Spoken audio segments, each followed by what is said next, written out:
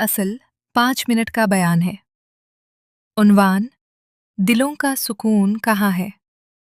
अल्हम्दुलिल्लाहि रब्बिल आलमीन वस्सलातु वस्सलामु अला सय्यिदिल मुरसलीन। मेरे मोहतरम इस्लामी भाइयों, आज हर इंसान सुकून तलाश कर रहा है।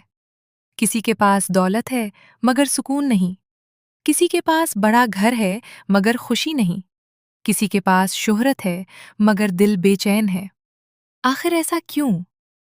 इसकी वजह यह है कि हमने अपने दिल को दुनिया से जोड़ लिया, लेकिन अपने रब से दूर कर लिया। जिस दिल में अल्लाह की याद हो गई, वही दिल मुतमईन होगा।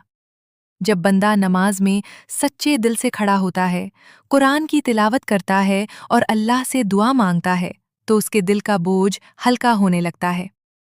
मेरे अज़ो, हम दिन भर मोबाइल, कारोबार और दुनिया के कामों में मसरूफ रहते हैं, लेकिन ये नहीं सोचते कि अगर आज हमें अल्लाह के सामने हाजिर होना पड़ जाए तो हमारा क्या हाल होगा।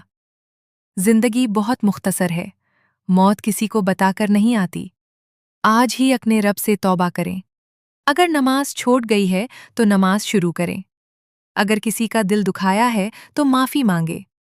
अगर वालदैन नाराज़ हैं तो उनको राज़ी करें। अगर हराम कामों में पड़े हुए हैं तो उन्हें छोड़ दें।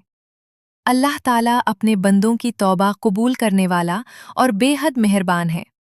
याद रखें, दुनिया की हर चीज़ एक दिन ख़त्म हो जाएगी, लेकिन नेक आमाल हमेशा हमारे साथ रहेंगे। इसलिए अपनी आखिरत की तैयारी करें, क्योंकि कामयाब वही है जो अल्लाह को राज़ी कर ले। अल्लाह ताला हमें इखलास, तक़वा, नमाज की पाबंदी, कुरान से मोहब्बत और नेक आमाल की तौफीक अता फरमाए और हमारा खात्मा ईमान पर फरमाए। आमीन या रब्बुल आलमीन।